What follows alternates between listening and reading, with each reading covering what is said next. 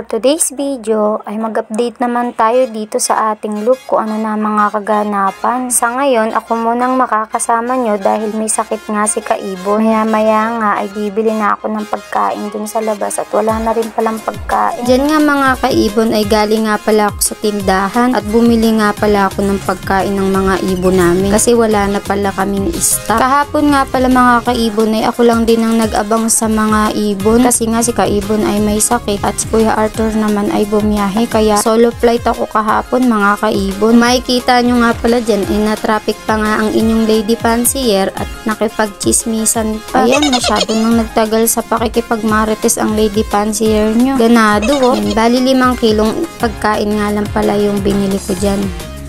Sobrang init ngayon mga Kaibon, hindi katulad kahapon na malulam nung ako ay nag-aabang at parang ibig pa umulan kahapon. Ayun nga oh, ang hirap umakyat talaga sa hagdan tapos may dala-dala ka pang ganyang kadaming pagkain. Bali konti pa nga yan 5 kilo nga rin nabili ko dyan. Minsan nga Kaibon 10 kilo pa yung inaakyat ko dyan pero kaya rin naman. Syempre para sa mga alaga nating kalapate kailangan natin kayanin ang lahat ng mga ganyan. Sa tagal ko na nga din na nag-aasikaso dito sa mga kalapate, nakilala na din ako ng mga alaga nila Kaibon. Kaya nga pag may abangan, tiwala naman sila na ako ang mag-abang. Hindi naman din kasi basta-basta ang pag-aalaga ng mga kalapate. Syempre, kailangan maramdaman din nila na talagang inaalagaan mo sila. At sa sobrang tagal nga na pinagkakatiwalaan nila ako sa pag-aalaga at pag-abang ng mga kalapate, nasanay na din tayo. Unti-unti din akong natuto sa paghuli ng kalapate, sa pagpapainom ng mga vitamins, sa paglalagay ng mga dapat ilagay sa mga inuminan nila, kung gaano din kadami yung ipapakain ko, natatansya ko na din. At saka marunong na din tayong tumingin ng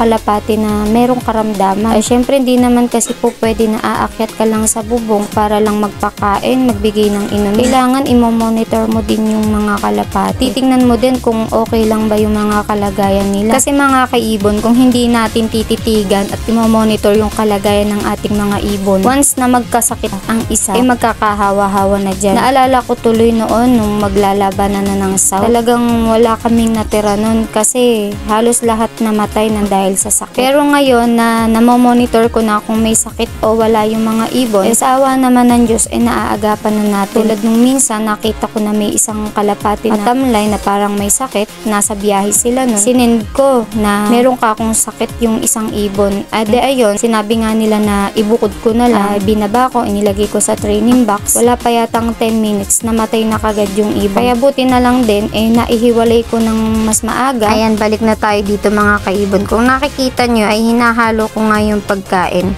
Kasi nga magkaiba yan, isang breeder tsaka isang flyer. Ayan, at maglalagay na rin ako sa mga lagayan ng pagkain kasi talaga namang zero balance mga Kaibon.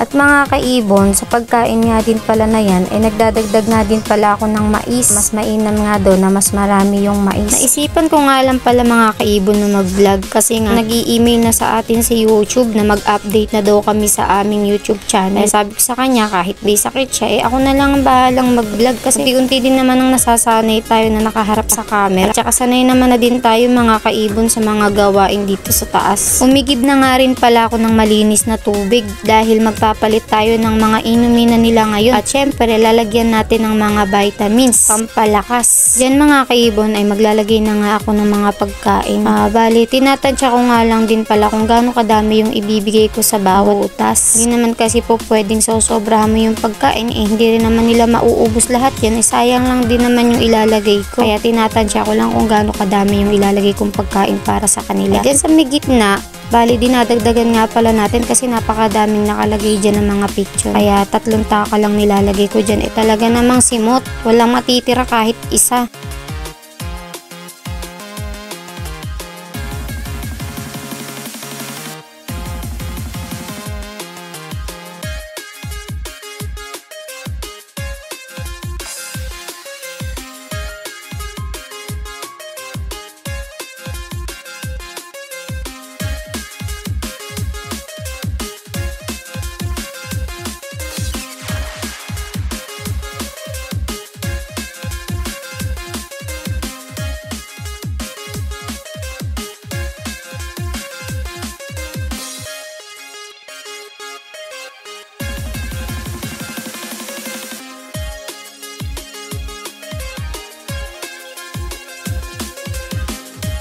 hindi natin masyadong sosobrahan. Yung kumulay lang, ayos na yun. Mainam daw kasi yung nalalagyan ng ganyan yung inumin ng mga kalapate. Kasi para nasasanay yung mga ibon na may kulay yung iniinom nila. At saka hindi naman ako araw-araw naglalagay ng ganyan sa inumin na nila mga kaibon. Sa isang linggo, 2 beses lang or 3 beses. Basta ang importante ay may salit na ganyan yung iniinom nila para nasasanay sila.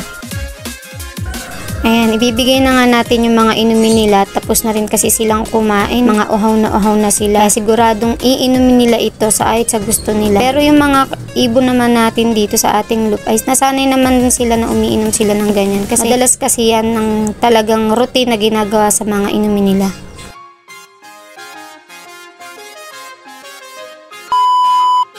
Ayan, natapos na nating painumin at pakainin yung malaking kulungan, dito naman tayo magpapakain sa iba. At nakita nyo naman nga ay sila talaga naman nagutom na at mga nagpapagpaga na. Tingnan mo tong brown na to, hindi pa makapag-intay. Buti pa si Baltic, behave lang oh.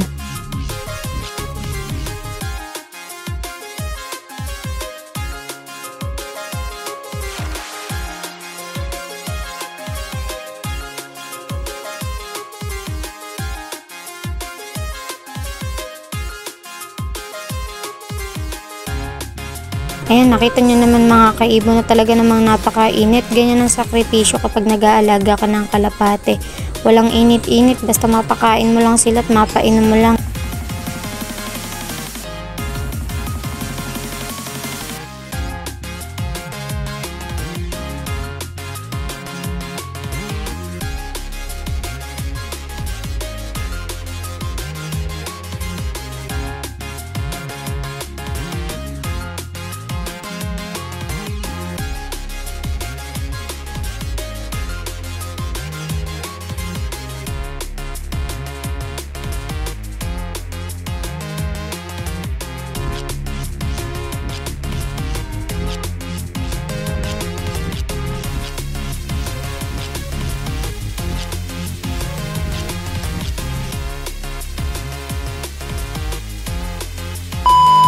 Ay, sa wakas natapos na rin tayong magpakain, maglagay ng mga inumin. Ayan, bali papakawalan muna ulit natin itong dulo kasi andito nga nakakulong yung mga kalaban natin. Yan, busog naman na sila. Pwede na kayo ulit kumawala at magpakagutom. At mimayang tanghali ay aakyat ulit tayo sa bubong para maglagay ulit ng mga inumin na nila dahil panigurado mauubos nila yung inumin nila ngayon sa init ng panahon. At saka yung may mga pigeon kasi na sinusubuan, napakalakas nila sa inumin kaya hindi po pwedeng hindi natin sila titingnan ng tanghali. Ilalagyan din natin sila ng pagkain mga kaibon.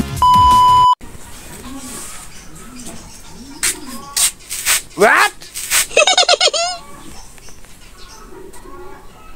Hi to my vlog. Wow! Ay, kamusta ka na daw? Sabi ng mga followers, mga subscriber mo. Galing ka na ba? Sakit tayo, may taring na buhay natin. Kailan ka daw magpaparapol? Hindi pa natin alam mga kaibon. Ano ba, sakit mo ba to? Sa bato? Batugan. Batugan ba? Ano ito mong sakit? Sakit sa bato. Batugan. Hindi mga kaibon, nilalagnat siya. Nilalagnat po siya at siya po ay na Sobrang UTI. na tayo mga kaibon sa sipag. Ayan, pahinga natin yan. Pahinga natin pag may sakit.